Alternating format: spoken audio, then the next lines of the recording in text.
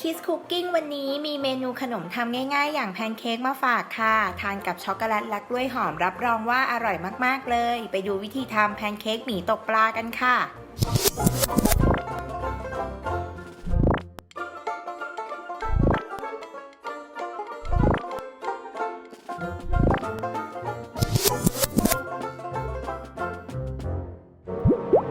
มาเริ่มที่ผสมแป้งกันก่อนเลยนะคะนำแป้งแพนเค้กสำเร็จรูปผสมกับไข่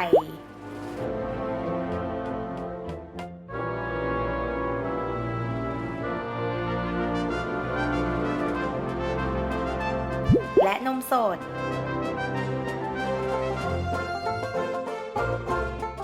จากนั้นก็คนให้เข้ากันค่ะ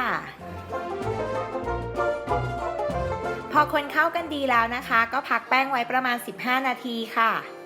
พอพักแป้งได้เวลาแล้วนะคะทีนี้ก็มาลงมือทอดแพนเค้กกันเลยตั้งกระทะค่ะ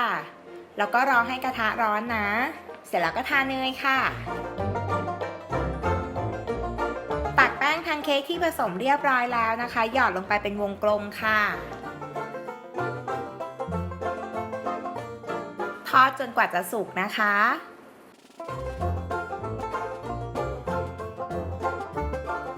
วิธีการสังเกตนะคะก็คือให้ดูฟองอากาศค่ะจะปุดๆแบบนี้แสดงว่าแป้งแพนเค้กด้านที่ทอดสุกแล้วก็กลับด้านได้เลยค่ะ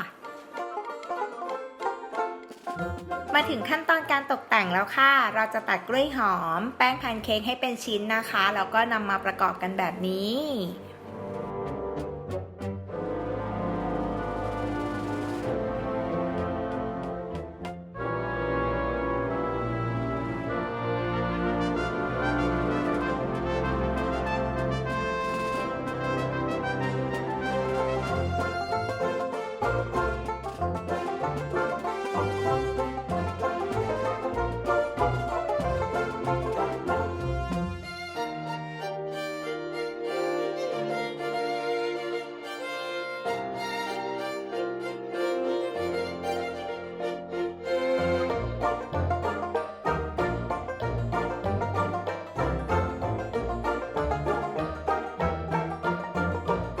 จากนั้นก็ลงมือวาดด้วยนูเทลล่าหรือช็อกโกแลตทาขนมปังได้เลยค่ะ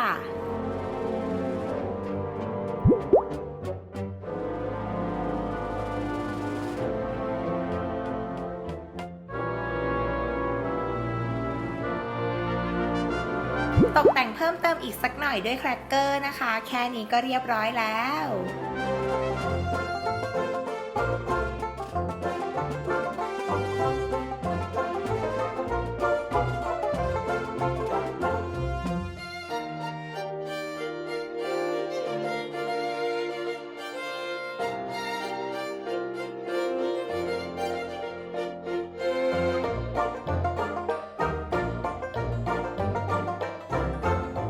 ติดตามเมนูง่ายๆเด็กทำได้สบายๆใน Kids Cooking กด Subscribe Kids Kitchen เอาไว้แล้วก็อย่าลืมกดกระดิ่งกันด้วยนะคะ